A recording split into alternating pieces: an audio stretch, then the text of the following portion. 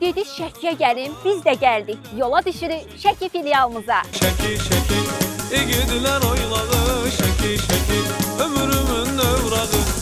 Şəki filialımızdan hər birinizə salamlar. Gəlmişik ki, müştərilərimizlə oyun keçirdək. Görəsən onlar 10 manatı, yoxsa gizli qutunu seçəcək? Oyun ya qutunu seçirsiniz, ya da 10 manatı. Məndən pul çıxacaq?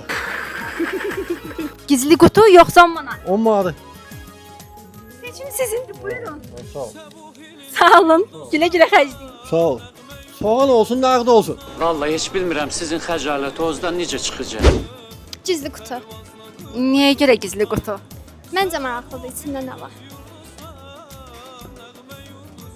Siz bizdən tac məhsulları ilə dolu səbət qazandınız. Buyurun, bu sizindir. Çox sağ olun. Gizli qutunu seçirəm. Nə yaxşı pul seçmədiniz. Nə olacaq da. Bax, bizdən Qurmetinanın çaydanını qazandı. Çox sağ olun. Evə aparacaqsınız, evdəkilər sevinəcək. İnşallah. Qoy gizli qutu olsun. Nəyə görə bəs pul seçmədiniz? Bu da gizlidir, maraqlıdır. Maraqlıdır, hə? Nə var? Hə də, qoy sürpriz olsun. Buyurun, siz bizdən şirniyyat, çay, bax belə bir maraqlı bir qutu qazandınız. Düzdür, sizin özünüzün halvası var, bamiyəsi var. Niyə lokum da yaxşıdır. Hə, Bu sizin. çox sağ ol. Pul yoxsa gizli qutu? Gizli qutu. Son qərarındır. Bəli.